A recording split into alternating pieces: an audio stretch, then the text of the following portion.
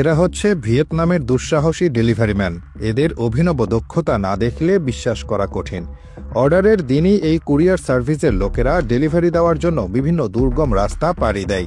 ভিয়েতনামের প্রত্যন্ত কিছু অঞ্চলে এরকম খালবিল বা নালা দিয়ে যেতে হয়, আর এসব জায়গা দিয়ে নৌকা চালানোর জন্য বিশেষ প্রশিক্ষণ নিতে হয় তাদের। পানি থেকে শুরু মাটির উপর দিয়েও নৌকা নিয়ে লাফিয়ে লাফিয়ে যায় তারা। একই সাথে ডেলিভারির প্রোডাক্ট যেন ভেঙে বা পড়ে না যায় সেদিকেও খেয়াল রাখতে হয়। সময় বাঁচানোর জন্য না থেমে চলতি পথেই গ্রাহককে পার্সেল দিয়ে দেওয়া হয়, আর গ্রাহকরাও নির্দিষ্ট সময়ে পার্সেল নেওয়ার জন্য জায়গা মতো উপস্থিত থাকে। যে কোনো ধরনের জিনিসই তারা ডেলিভারি দিয়ে থাকে। প্রোডাক্ট হাতে পাওয়া মাত্র ঝড়ের গতিতে বোট নিয়ে ছুটে যায় এরা। সামনে পানি রয়েছে নাকি মাটি রয়েছে কোনো কিছুরই তোয়াক্কা করে না।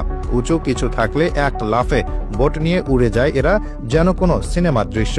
ভিয়েতনামে এমন ডেলিভারিতে এক ধরনের বিশেষ বোট ব্যবহার করা হয়। সাধারণ বোট দিয়ে এভাবে লাফিয়ে বেড়ানো সম্ভব নয়। আবার এই ডেলিভারি ম্যানরা প্রায় অগভীর পানির ওপর দিয়ে যাতায়াত করে। কোথাও হয়তো ক্ষেত খামারের পানি কিংবা হাঁটু অবধি পানি থাকে। এমন পানিতে বোট চালাতে গেলে তা আটকে যাবে, কিন্তু ডেলিভারির এই বোট মোটেও আটকায় না। এমনকি এদের বোটগুলো মাটির ওপর দিয়েও কিভাবে যেন পিছলে যায়। আসলে এগুলোকে বলে লং টেইল বোট। দক্ষিণ পূর্ব এশিয়ায়, বিশেষ করে থাইল্যান্ড, লাওস, কম্বোডিয়া আর মিয়ানমারে লং টেইল বোট বেশ জনপ্রিয়। এই নৌকাগুলো লম্বা আর সরু, আর এর ইঞ্জিনের ডিজাইনও একদম আলাদা। ইঞ্জিনের প্রোপেলার শ্যাফট নৌকার পেছন দিক থেকে পাইপের মতো অনেকটা লম্বা। অগভীর নদী, খাল আর সমুদ্রের ধারে চলাচলের জন্য এই নৌকাগুলো একদম উপযুক্ত। ভিয়েতনাম নদী, খাল আর আঁকাবাঁকা জলপথে ভরা একটা দেশ। প্রত্যন্ত এলাকায়, বিশেষ করে মেকং ডেল্টায় রাস্তাঘাট খুব কম, তাই জিনিসপত্র আনা নেওয়ার সবচেয়ে ভালো উপায় হলো নৌকা। এই অঞ্চলগুলোতেই লং টেইল বোট বেশি ব্যবহার করা হয়। এই বোটগুলো সরু শরীর আর শক্তিশালী ইঞ্জিন দিয়ে সরু খাল আর বড় নদী সবখানে খুব সহজে চলতে পারে।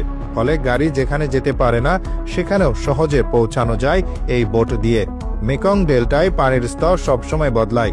দক্ষ চালক দিয়ে এই বোটগুলোতে তাজা সবজি, ছোটখাটো জিনিসপত্র থেকে শুরু করে বড় জিনিস যেমন ঘরের আসবাবপত্র আর নির্মাণ সামগ্রীও বহন করা যায়।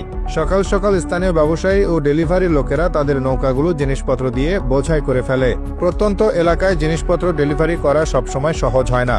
দুর্গম রাস্তা ছাড়াও অনেক সময় নদী পথে যেতে হয়, আর ভিয়েতনামের নদীগুলোতে নানা রকম নৌকার ভিড় থাকে। বিভিন্ন আকারের নৌকা দ্রুত গতিতে যাওয়ার কারণে ঢেউ তৈরি হয়, যা চলাচলের জন্য কঠিন করে তোলে। দক্ষ নৌকা চালকদের খুব সাবধানে চালাতে হয়, যাতে নৌকা উল্টে না যায় বা মালপত্রের ক্ষতি না হয়। মাঝে মাঝে ভারী বৃষ্টি বা ঝড়ের কারণে স্রোত আর পানির স্তর বেড়ে যাওয়ায় যাত্রা আরও কঠিন হয়ে পড়ে।